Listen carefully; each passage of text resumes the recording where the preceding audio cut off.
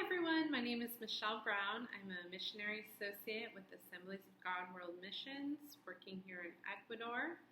I am currently pursuing my first level of credentials with the Assemblies of God and taking classes through Global University.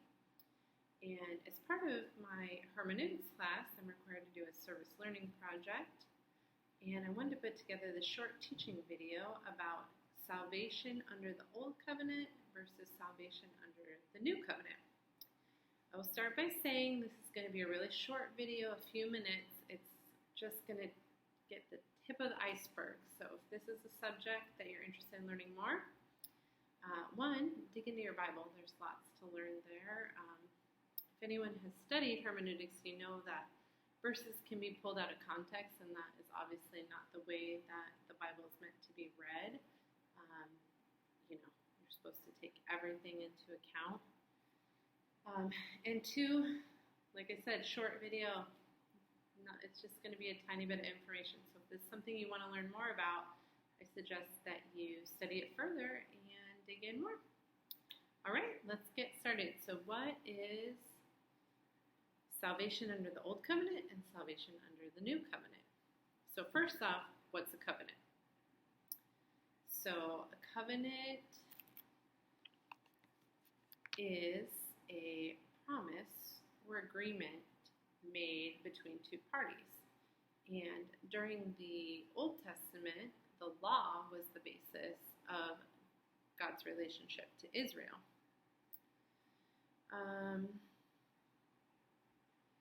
And when God made his covenant with his people in the Old Testament, and now,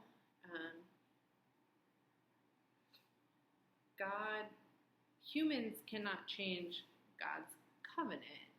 In other covenants, for example, like a contract, if you're buying or selling a house, or other agreements, legal agreements, you can go back and forth. But God's covenant's different. We're not negotiating with him. He has outlined the terms of his covenant, and we, as humans, can either decide to accept it or reject it. Back in the Old Testament, God first, he made a covenant with Abraham in Genesis 12. And then the Lord renewed this covenant with Isaac and Jacob. And then about 400 years later, God continues this covenant with Moses.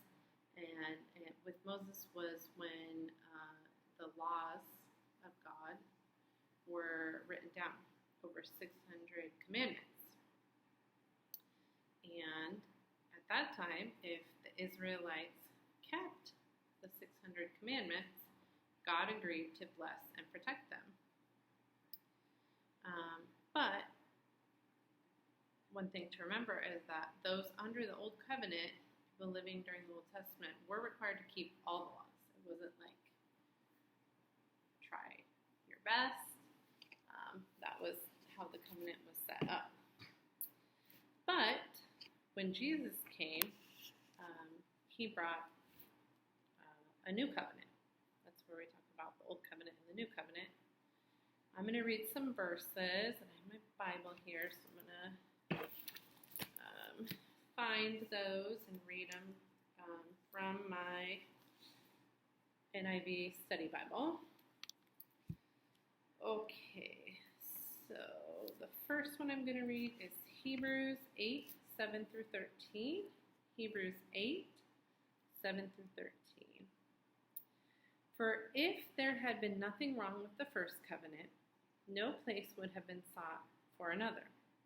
But God found fault with the people and said, "The days are coming, declares the Lord, when I will make a new covenant with the people of Israel and with the people of Judah. It will not be like the covenant I made with their ancestors when I took them by the hand to lead them out of Egypt, because they did not remain faithful to my covenant. And I turned away from them, declares the Lord. This is the covenant I will establish with the people of Israel. After that time, declares the Lord, I will put my laws in their minds, and I will write them in their hearts.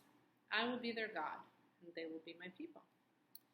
No longer will they teach their neighbor or say to one another, 'Know the Lord,' because they will all know me, from the least of them to the greatest. For I will forgive their wickedness and will remember their sins no more.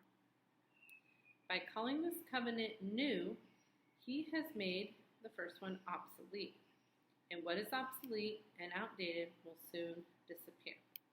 So this is from the book of Hebrews. That, of course, is in the New Testament.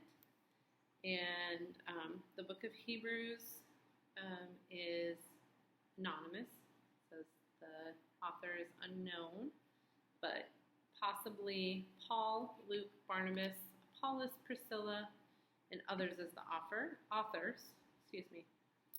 The book itself suggests the writer's extensive education included both Hellenistic and Jewish influences, and a gift for teaching and a heart for ministry and discipleship are also evident. So, just so you have some reference what period of time that was going on, it says written before AD 70, so probably just after or during AD 64. So, anyways, a little bit more information about that verse. I'm going to continue on to the next verse. That was Hebrews. Okay, Romans 6:14. Romans 6:14. Sorry, I marked all these, but I put some of the flags on backwards. Okay, Romans 6:14. Romans 6:14. For sin shall no longer be your master, because you are not under the law, but under grace. Again, Romans is a book from the New Testament, written by Paul to the Romans. And let's see here what it says. It says perhaps AD 57. So, anyways, that's when that one was written. And then John chapter 1, verses 16 through 17. Okay, John chapter 1, verses 16 and 17. Out of his fullness we have all received grace in place of grace already given. For the law was given through Moses. Grace and truth came through Jesus Christ. Where did grace and truth come from? Jesus Christ. Amen. And John, also from the New Testament, Apostle John was the writer, written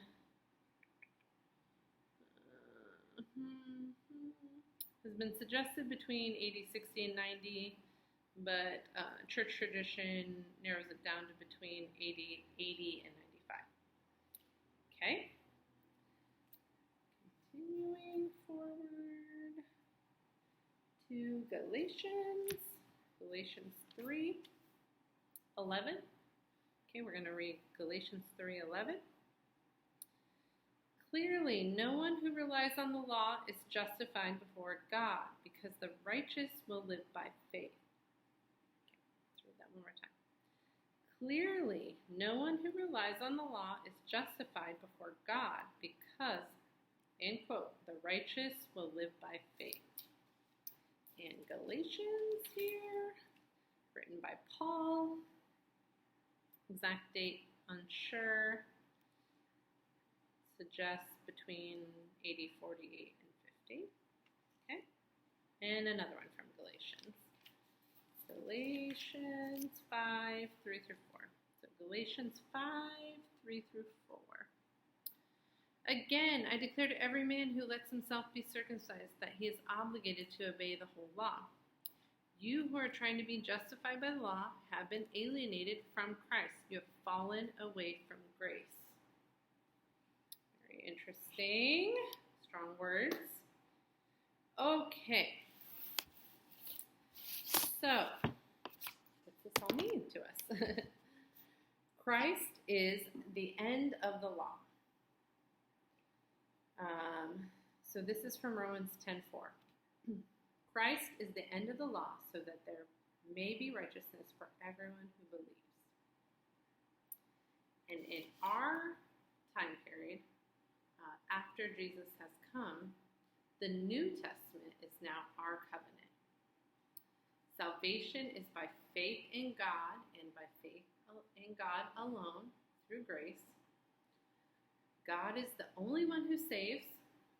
He allows us to accept or reject the salvation that he offers. And some people will accept, and once they do, they will live to please and obey him. Others will reject God and live in rebellion and disobedience. And in the Old and New Testament, God forgives through a blood sacrifice. And it's important to note that in the New Covenant, Christ's blood makes forgiveness possible for all. So there is a blood sacrifice. Christ paid that sacrifice with his blood in the New Covenant. Okay, and then I have Ephesians 2:8, another verse to read. Ephesians 2:8 says, "For it is by grace you have been saved through faith, and this is not for yourselves, it is the gift of God."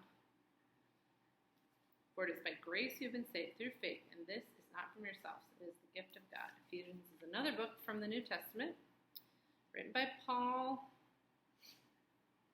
approximately AD 60. So, context. And then another verse here to share. Hebrews 8:10. God's laws are now in people's minds and written in their hearts. Another point that my class brought up that I wanted to share too is that the question was, are the ethical principles of the Old Testament still relevant? For example, do not murder, do not steal, those kind of things. And the answer is yes. Ethical principles of the Old Testament are still for us today. We fulfill God's laws and ethical principles as we walk in love. So, Jesus' blood, the grace that we were given, the forgiveness, covers everything. But as people who have been saved, we should still strive to obey God's ethical principles. Let me see here if there was anything else I wanted to share in my notes.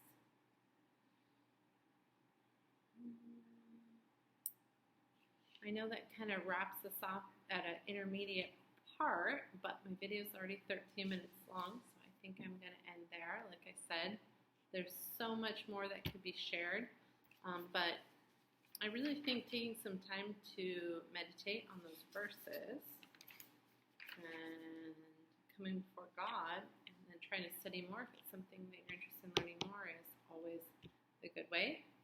My class on hermeneutics has been really eye-opening for me, and I've enjoyed learning a lot more about how to read and interpret the Bible. And I hope to continue learning and be a lifetime learner and just learn more and more as I continue my walk with God. So thank you for taking the time to watch this, and may the Lord bless you. Goodbye.